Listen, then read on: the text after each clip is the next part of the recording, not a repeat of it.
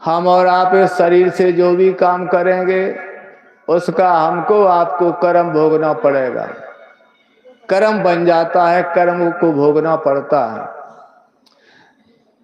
आप भैंस पालते हैं, बकरी पालते हैं, गाय पालते हैं, जितने भी जीव हैं, कोई किसी की हत्या कर दे, किसी का नुकसान कर दे, लेकिन उनको कोई कर्मों का भोग नहीं लगता। केवल हमारा मनुष्य शरीर है। मनुष्य शरीर में जो भी काम करेंगे हमको आपको कर्मों की सजा मिलेगी। हमारे आपके कर्मों का लेखा जोखा चलता है और जीवन की फिल्म बन रही है। मरने के बाद इस जीवात्मा जब धर्मराय की अदालत में जाती है उस समय हमारे जीवन का लेखा जोखा वहाँ रखा जाता है। वहाँ पर बताया जाता है कि तुमको मनुष्य शरीर मिला, आपने शरीर से कैसे कैसे क्या क्या कार्य किया है। हम सभी जीव अपने कर्मों को अच्छा अच्छा बताते हैं। हम लोग अज्ञानता में कर्म को कर्म कर डालते हैं, लेकिन वो उस परमेश्वर के फरिश्ते हमारे आपके दोनों कंधों पर बैठे हैं और एक हमारे जीवन के कर्मों को लिख रहा है। दो ही कर्म हम और आप करते हैं, एक पाप करते हैं, एक पुण्य करते हैं। पाप को पाप के खाते में लिखा जाता है, पुण्य को पुण्य के खाते में लिखा जाता है।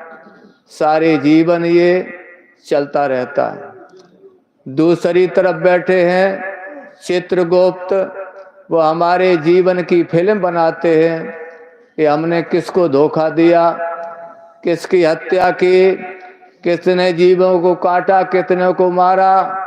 जो जो हम अकेले में या बहुत लोगों के बीच में करते हैं, ये सारे की सारी हमारे जीवन की फिल्म बन रही है।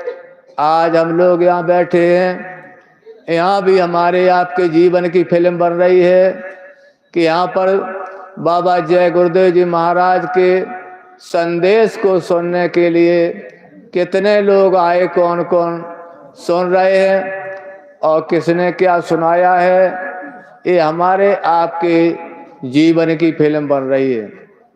जब इस शरीर से जीवात्मा निकाली जाएगी, धर्मराय की अदालत में पहुंचेगी, वहाँ पर इन कर्मों का हिसाब होता है। वहाँ पर वो दिखा देते हैं कि तुमने अपने जीवन में क्या अच्छा किया, क्या बुरा किया। वहाँ पर सब अपना कर्मों को देखते हैं।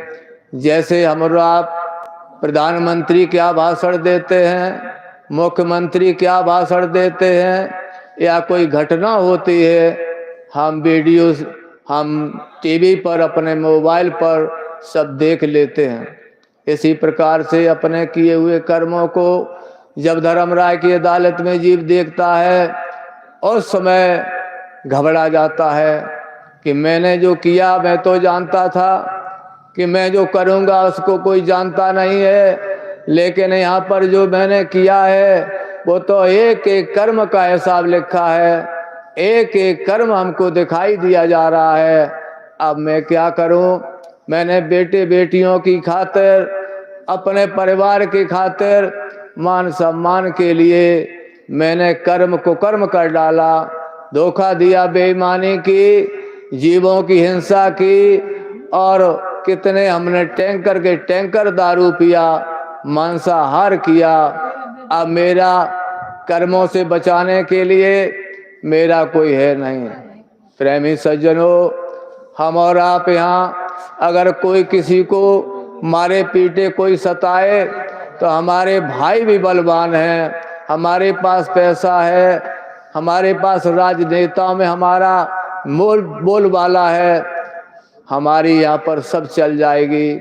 अगर कोई मुकदमा खिलाफ होगा, लाख 2-4 लाख रुपए में जजमेंट अपने पक्ष में कर लेंगे, लेकिन वहाँ पर इंसाफ होता है। राजा हो चाहे रैयत हो, अमीर हो चाहे गरीब हो, वहाँ पर सबका इंसाफ होता है।